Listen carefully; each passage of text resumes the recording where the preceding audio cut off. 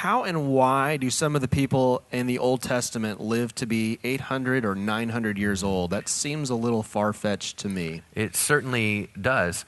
However, I will suggest to you that my reading of Scripture is that it is not only true, it is accurate. And here's why. We need to think about when we first had mankind created, there's a lot of stuff that kills us and shortens our lifespans now that they didn't have back then. The other thing is God had yet to put a limit. There are two limits that he put on age or lifespans. The first one was 120 years. And that was in later on in Genesis. And people lived longer than that. He was saying the average will be 120 years. Later on, he puts it at 70.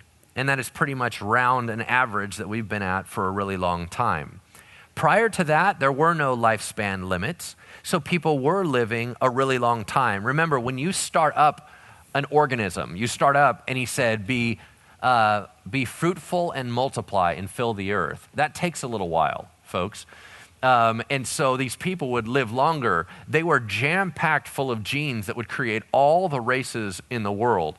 They were hyper-loaded to live a long time. They didn't have some of the same factors that are killing us today. And so when you add all that together, the only reason that we die so soon and so easy is because there are external factors that are causing decay.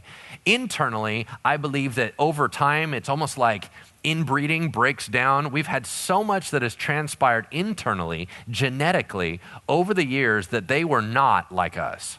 They do not have the genetics that we have. They were far richer, far healthier, far better than we ever could be today. So that's my view.